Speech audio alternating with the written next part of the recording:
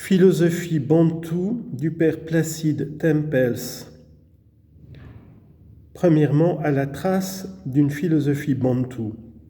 La vie et la mort conditionnent le comportement humain.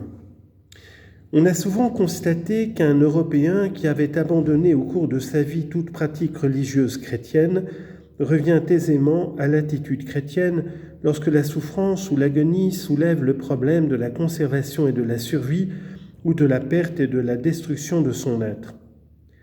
Tant de ces libres penseurs, de ces mangeurs de curés, de ces railleurs, de ces blasés, de ces cyniques, ne reviennent-ils pas, à l'article de la mort, chercher dans la sagesse chrétienne occidentale la solution pratique du problème de la rédemption ou de la damnation ? La souffrance et la mort sont toujours les deux grands apôtres qui, en Europe, ramènent à l'ultime moment bien des égarés au principe de vie de notre tradition chrétienne. De même, voyons-nous tant de nos bantous évolués, entre guillemets civilisés, voire chrétiens, qui retournent à leurs attitudes anciennes chaque fois qu'ils sont sous l'emprise des ennuis, du danger ou de la souffrance. C'est parce que leurs ancêtres leur ont laissé leur solution pratique du grand problème humain, du problème de la vie et de la mort, du salut et de la destruction. De nombreux bantous trop superficiellement convertis ou civilisés sont ramenés par la souffrance et la mort, comme par une puissance irrésistible, aux comportements et conceptions hérités de leurs ancêtres qui leur ont transmis par leur sagesse traditionnelle. Chez les bantous, et véritablement chez tous les peuples primitifs, la souffrance et la mort sont les grands apôtres de la fidélité aux conceptions magiques et du recours aux pratiques magiques traditionnelles. 2. Tout comportement humain repose sur des concepts et des principes. Si l'Européen moderne et hypercivilisé ne parvient pas à se libérer de l'attitude ancestrale, c'est parce que son attitude de vie repose sur une philosophie profonde et englobante, d'inspiration chrétienne, sur une conception intellectuelle claire, complète et positive de l'univers, de l'homme, de la vie et de la mort, et de la survie d'un principe de vie spirituelle, l'âme de l'homme. Cette philosophie du monde visible et invisible a pénétré trop profondément l'esprit de la culture occidentale pour ne pas réapparaître irrésistiblement lors des grands événements de la vie. Il est fort possible, tant pour l'individu que pour le groupe clanique ou pour les peuples, que ce soit précisément les mystères de la vie et de la mort, de la permanence et de la destruction, ainsi que l'angoisse de tout ce mystérieux qui psychologiquement ait donné naissance à certains comportements et à certaines pratiques rédemptrices.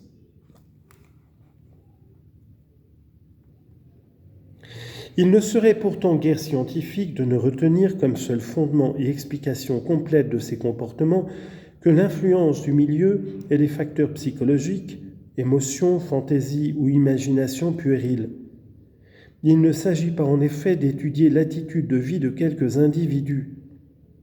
Il s'agit de comparer deux attitudes de vie, l'attitude chrétienne occidentale d'une part et l'attitude magique d'autre part, qui se sont perpétuées à travers le temps et dans l'espace, deux attitudes de vie qui au cours des siècles ont embrassé des peuples et des groupes culturels entiers. La permanence et l'invariabilité de ces attitudes à travers des siècles d'évolution contingente ne trouvent d'explication satisfaisante que dans la présence d'un ensemble de concepts logiquement coordonnés et motivés dans une sagesse de vie. Le comportement ne peut être universel pour tous, ni permanent dans le temps, s'il n'y a pas à sa base un ensemble d'idées, un système logique, une philosophie positive complète de l'univers, de l'homme et des choses qui l'environnent, de l'existence et de l'origine de la vie, de la mort et de la survie. Sans exclure d'autres incidences, divines ou humaines, il nous faut postuler, chercher et trouver, comme ultime fondement d'un comportement humain logique et universel, une pensée humaine logique. Point de comportement de vie sans un sens de la vie, point de volonté de vie sans concept de la vie, point de constante pratique rédemptrice sans philosophie du salut. Faut-il dès lors s'étonner de ce que nous trouvions chez les Bantous et plus généralement chez tous les peuples primitifs comme fondement de leur conception intellectuelle de l'univers, quelques principes philosophiques de base et même un système ontologique relativement simple et primitif, mais logiquement cohérent.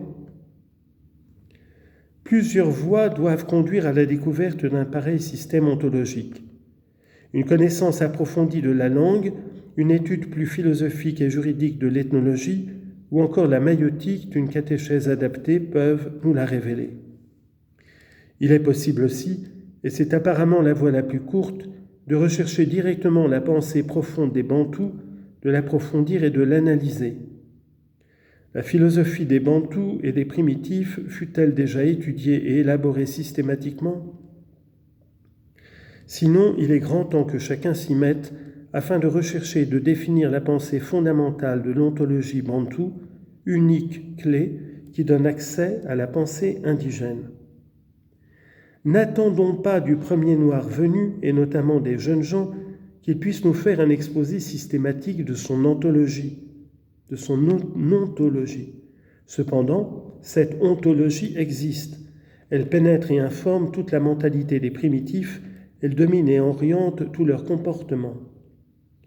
Par les méthodes d'analyse et de synthèse de nos disciplines intellectuelles, nous pouvons, et par conséquent nous devons rendre aux primitifs le service de rechercher, classifier et systématiser les éléments de leur système ontologique. Celui qui prétend que les primitifs ne possèdent point de système de pensée les rejette d'office de la classe des hommes. Ceux qui le disent se contredisent d'ailleurs fatalement. Pour ne citer qu'un exemple, nous ne prendrons chez R. Allier, qui dans sa psychologie de la conversion écrit « Demandez aux Bassoutos, dit M. Dieterlen, le pourquoi de ces coutumes, ils sont incapables de vous répondre. Ils ne réfléchissent pas, ils n'ont ni théorie ni doctrine. Pour eux, la seule chose qui importe, c'est l'accomplissement de certains actes traditionnels, le contact gardé avec le passé et les trépassés. » Fin de citation. Mais à 2 pages de là, on peut lire « Qu'est-ce qui rend irrésistible cette opposition des chefs ? C'est la peur de rompre le lien mystique qui par le chef s'établit avec les ancêtres, et c'est la peur des catastrophes que cela peut entraîner. » Fin de citation. Qu'est-ce d'autre ce lien mystique ou cette influence des ancêtres sur la progéniture que les éléments d'un système de pensée ? Serait-ce un simple instinct ou une crainte irraisonnée sans plus ? Ne serait-il point plus raisonnable et plus scientifique de rechercher quelles idées sustentent le lien mystique ? Peut-être pourrait-on même se passer après cela de ce mot passe-partout de « mystique ».